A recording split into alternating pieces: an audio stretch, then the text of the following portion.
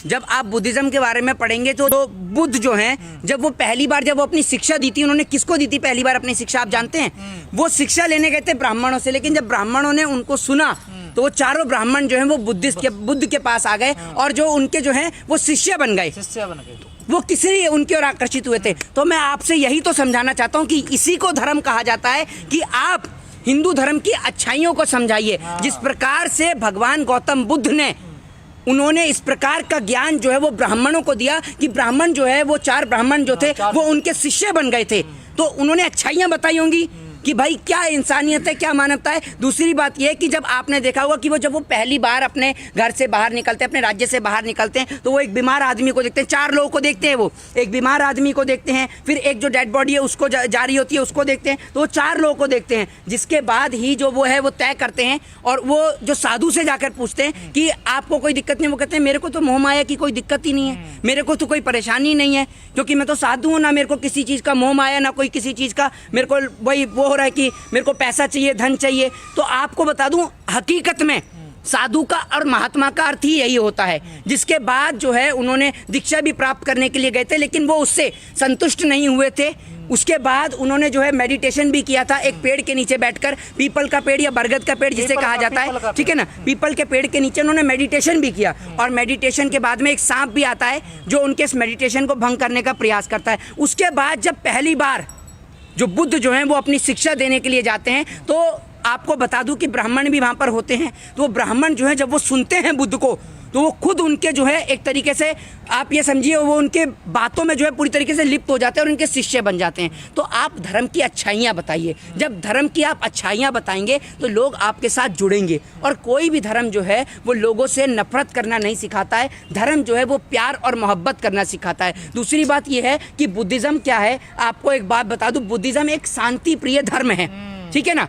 Buddhism किसी से नफरत करना, किसी को मारपीट करना नहीं सिखाता। अब जो लोग आ रहे हैं अपनी इच्छा से, कोई ना मना तो नहीं कर सकता है, ठीक है ना। दूसरी बात यह है कि मैं भी एक ब्राह्मण हूँ, हम लोग अच्छी चीज़ों को एक्सेप्ट करते हैं, चाहे वो अच्छी चीज़ हमें हिंदू धर्म से सीखने को मिले, चाहे बुद्ध धर्म से सीखने को मिले, चाहे मुस्लिम धर्म से सीखने को मिले, चाहे क्रिश्चियन धर्म से सीखने को मिले। जहाँ से हमें ज्ञान मिलता है हमें ज्ञान को बटोरना चाहिए, उसे एकत्रित करनी चाहिए। और यही बात हम लगातार बीजेपी वाले लोगों को समझाते हैं कि बेफजूल में हंगामा उत्पन्न करने से अच्छा है कि जगह जगह धर्म का प्रचार करिए, जगह जगह राम के आदर्शों पर चर्चा करिए, जगह जगह बताइए कि किस प्रकार राम के राज्य में स्त्री को और माता बहन को देवी समझकर पूजा चाहता था। वहाँ पर राम के राज्य में कभी स्त्री के साथ बलात्कार नहीं किया जाता था, कभी स्त्री की किसी प्रकार से इज्जत नहीं उड़ाई जाती थी, जिस प्रकार का कार्य आपकी पार्टी के नेता कर रहे हैं। तो आप धर्म की अच्छाइयाँ बताइए। आप तो लोगों को धर्म के नाम पर लड़ाने का काम करते हैं, धर्म के नाम पर लोगों को लड़ाना नहीं, जोड़ना सिखाइए। धर्म कितना शांति प्रिय है, धर्म कैसे लोगों को जोड़ता है, ये लोगों को बताइए। आप तो धर्म के नाम पर लोगों को बांटते हैं, इसीलिए तो लोग आपसे दूर हटते हैं। अब लोग जो है वो बुद्धिज्म में जा रहे हैं तो आपको दिक्कत है, कोई अगर मुस्लिम बन जाए तो आपको दिक्कत है। तो आप चाहते क्या हैं, आप ये तो बताइए। कहा जा रहा षड्यंत्र है, हिंदू धर्म को कमजोर किया जा रहा है। देखिए मैं आपको बता दूं, कोई हिंदू धर्म को कमजोर नहीं कर सकता है। मैं आपको बता दूं, हिंदू धर्म एक बहुत बड़ा धर्म है, जिस धर्म को लोग विदेश में भी एक्सेप्ट करते हैं। अब आप एक बात मुझे बताइए, जब आप विदेशों के अंदर जाएंगे तो विदेश के अंदर कई लाख लोग ऐसे हैं, हजार की नहीं कई लाख लोग, करोड़ों लोग आपको विदेश में ऐसे मिलेंगे जो भगवान श्री कृष्ण को, जिनका आपने देखा है स्थान मथुरा वृंदावन में है, वो भगवान श्री कृष्ण को पूजते हैं। विदेश में रहने वाले कई हजारों लाखों करोड़ों लोग भगवान बुद्ध को पूजते हैं। तो क्या विदेश वाले लोग ये कहेंगे कि आप हमारे लोगों का धर्म परिवर्तन करा रहे हैं? ये बताइए ना आप मुझे। मनोज तिवारी को बड़ी दिक्कत हो गई या? मनोज तिवारी का तो क्या है, मनोज तिवारी को तो मैं पहले अल्टीमेटम दे चुका हूं कि आप छठ पूजा के माध्यम से बाहर ना निकलें। ये मनोज तिवारी तो नाच गाना करते हैं और कोई इनको काम नहीं है। अभी इनसे जो है प्रदेश अध्यक्ष का पद छिन गया है तो ये थोड़ा सा बौखलाए हुए हैं। अरे आप रहते कितने दिन है अपनी जनता के बीच में, अभी छठ पूजा आने वाली है, अभी ध्यान रखिएगा। अभी मनोज तिवारी कोई स्टेटमेंट नहीं देंगे, ये हिंदू धर्म पे स्टेटमेंट तब देंगे और वहां बैठेंगे जमुना जी के किनारे।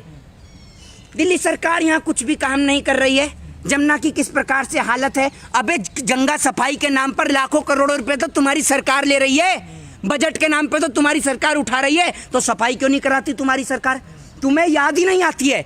तुम्हें सिर्फ बिहारियों की याद, और बिहारी नहीं, तो क्या छठ पूजा तो पूरे भारतवर्ष में मनाई जाती है, विदेश में भी लोग मनाते हैं छठ पूजा को, लेकिन छठ पूजा का अवसर करीब है और अब तक घाट साफ नहीं हुए, देख लीजिए। लेकिन मनोज तिवारी जी इस पे राजनीति करने के लिए 2 दिन 3 दिन पहले छठ पूजा से पहले उतरेंगे और खूब ड्रामा करेंगे, फिर उनके साथ में पुलिस उनको हटाएगी, धक्का मुक्की करेगी, और मनोज तिवारी भी फिर यही कहेंगे कि मेरे साथ में धक्का मुक्की हुई, मेरे साथ में जिस प्रकार से आपने देखा दुर्व्यवहार किया गया, दिल्ली सरकार कोई काम नहीं करते, सिर्फ आरोप लगाने का काम करेंगे। यूं भी नहीं है, अभी छठ पूजा को कम से कम 15-20 दिन, महीना भर है। मनोज तिवारी जी, आप और आपके कार्यकर्ता सबको लेकर उतरिए और जमुना के घाट पर झाड़ू लगाइए अगर इतनी तकलीफ है, और जमुना के घाट को 1 महीने में साफ किया जा सकता है, क्योंकि गंदगी फैलाने वाले सबसे ज़्यादा, जब आपके नेता इस देश के अंदर जहर घोल सकते हैं तो भाई जमुना को भी तो साफ कर सकते हैं, क्योंकि गंदगी तो आप ही फैलाते हैं, तो सफाई कर दी तो आपको दिक्कत क्या है। तो अगर आपको इतना ही प्यार है हिंदू धर्म से तो जाकर छठ पूजा से पहले घाटों को साफ कर लीजिए, राजनीति मत करिएगा। तो आपकी नज़र में क्या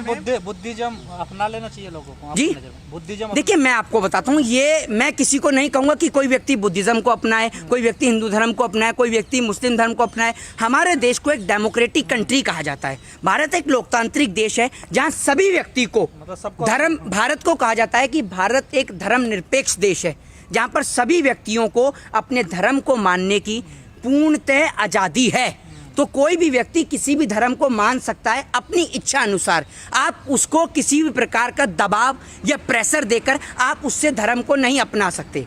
अगर उसकी इच्छा है, वो स्वयं की इच्छा से किसी भी धर्म को अपना सकता है, वो आपका आज़ादी है, और इसीलिए इसको डेमोक्रेटिक कंट्री कहा जाता है, लोकतंत्र कहा जाता है। भारत देश का कॉन्स्टिट्यूशन आपको और मुझे एक समान अधिकार देता है, और भारत जो कि मैंने कहा कि एक धर्मनिरपेक्ष देश है, तो आप किसी भी धर्म को अपना सकते हैं। मेरा धर्म जो है वो हिंदुज़म है, मैं हिंदू धर्म को मानता हूँ और हिंदू धर्म को मानता रहूँगा। हिंदू धर्म की अच्छाइयाँ लोगों को बताता रहूँगा, राम के बारे में, कृष्ण के बारे में लोगों को बताता रहूँगा। और अगर कोई व्यक्ति आके हिंदू धर्म से जुड़ेगा तो मैं उसको रोक थोड़ी रहा हूँ।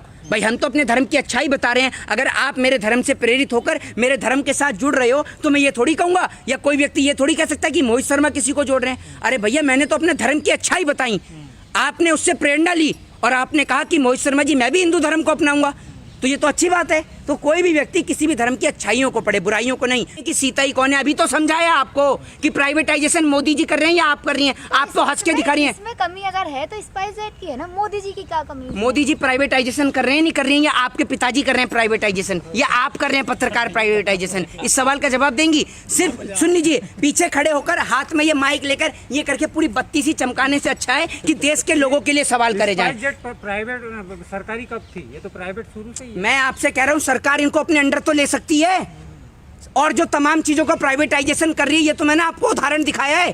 सरकार अगर चाहे तो क्या अपने अंडर नहीं ले सकती? मैं आपको दिखा रहा हूं कि तमाम जो कंपनियां हैं, चाहे वो रेल हो, चाहे विमान हो, विमान तो सबसे बड़ी चीज है ना। मैं तो आपको विमान का उदाहरण दिया। अब आप सोचिए रेलों के अंदर की क्या स्थिति होती है, वो आप सभी को पता है। किस प्रकार से रेलों के अंदर जो है बदसलूकी भी होती है, कोई भी कहीं भी घुस जाता है, आके बैठ जाता है, टिकटों को पैसा देकर खरीद लिया जाता है। तो ये क्या हो रहा है, जिस कारण आम आदमियों को तकलीफ का सामना करना पड़ रहा है। इसीलिए ये मैं आपको दिखा रहा हूँ।